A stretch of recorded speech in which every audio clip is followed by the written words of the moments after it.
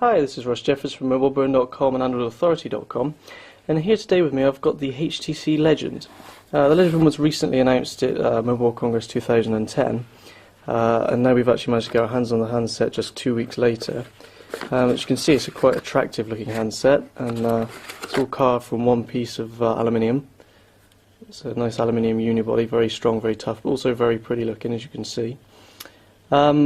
Also got a 3.2-inch capacitive AMOLED screen, so a very bright screen as well, and a 5-megapixel camera with a flasher in the back there.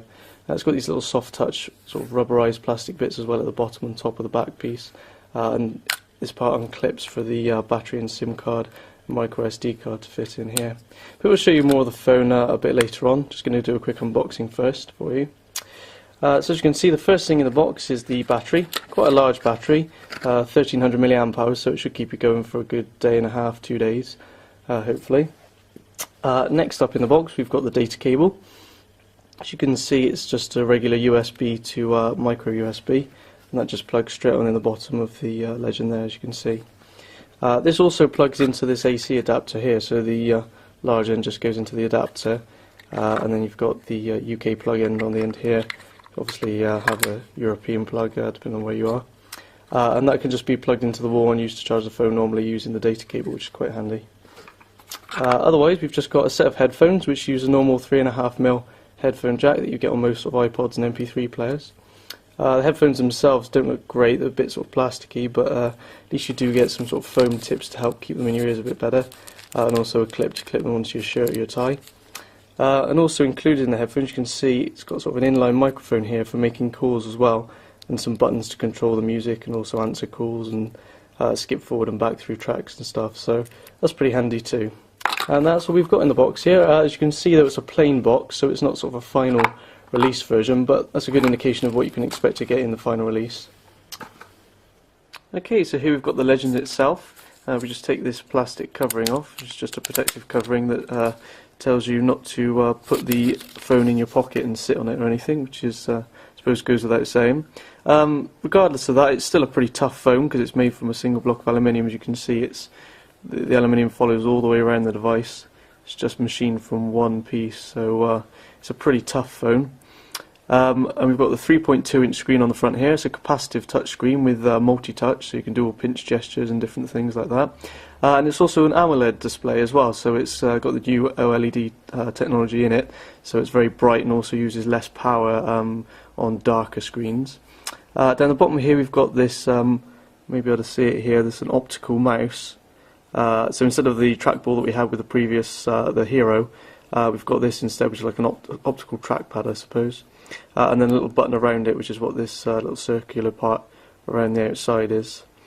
At the bottom of the screen here we've also got the home, menu, back and search buttons, and they're actual proper hardware keys, they're not touch sensitive, which is pretty nice. It means you don't accidentally press them when you're using the screen. On the bottom of the device we've got the micro USB port, a little lanyard fixing there, and the microphone pinhole. On the left side we've got the volume rocker and nothing else. On the right side it's completely bare, and on the top we've got the 3.5mm headphone port and the on-off power switch there as well. On the back you can see we've got this nice HTC logo, which is sort of like a chromed logo.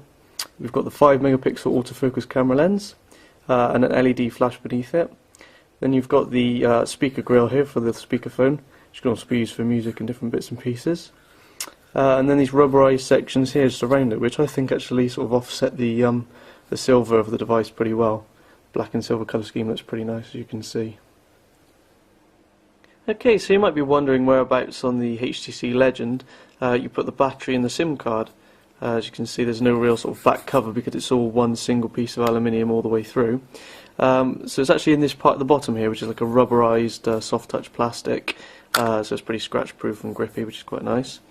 And as you can see, we've got this sort of weird arrangement at the bottom here, and if we basically just stick a nail under there, we can flip this part down, and then just up under here you can slide the SIM card, a micro SD card, and also put the battery on top of all of that. So pretty funky little things. Just load in a SIM card now. See how that goes in. See, it just slides on in there and clips into place. And then we've got a micro SD card here as well, so if we just try and slip that down in. It's pretty fiddly because it's all down inside the body, but you can hear it all clips in pretty nice. And then lastly we've got the 1300 milliamp hour battery, which just slides right on in there like that. And to get the battery back out, we've got this little red catch at the side here, so we can just pull it out like that. So just clip that back on there, all clips firmly into place, and then this cover clips on top of that. Okay, so as you can see, we've got the HTC Legend all fired up now, and you can see the display is very bright, especially with this nice bright background that HTC have put on the device. As you can see, we've got all our usual widgets that we've seen in Sense before. A few of them have been tweaked. For example, this Friend Stream widget, which shows both your Twitter and Facebook updates to keep everything nicely in one place. And you can see everything runs pretty smoothly. It's all pretty slick and quick to work. It's got a 600 MHz processor on board the Legend, so that's why it's pretty quick.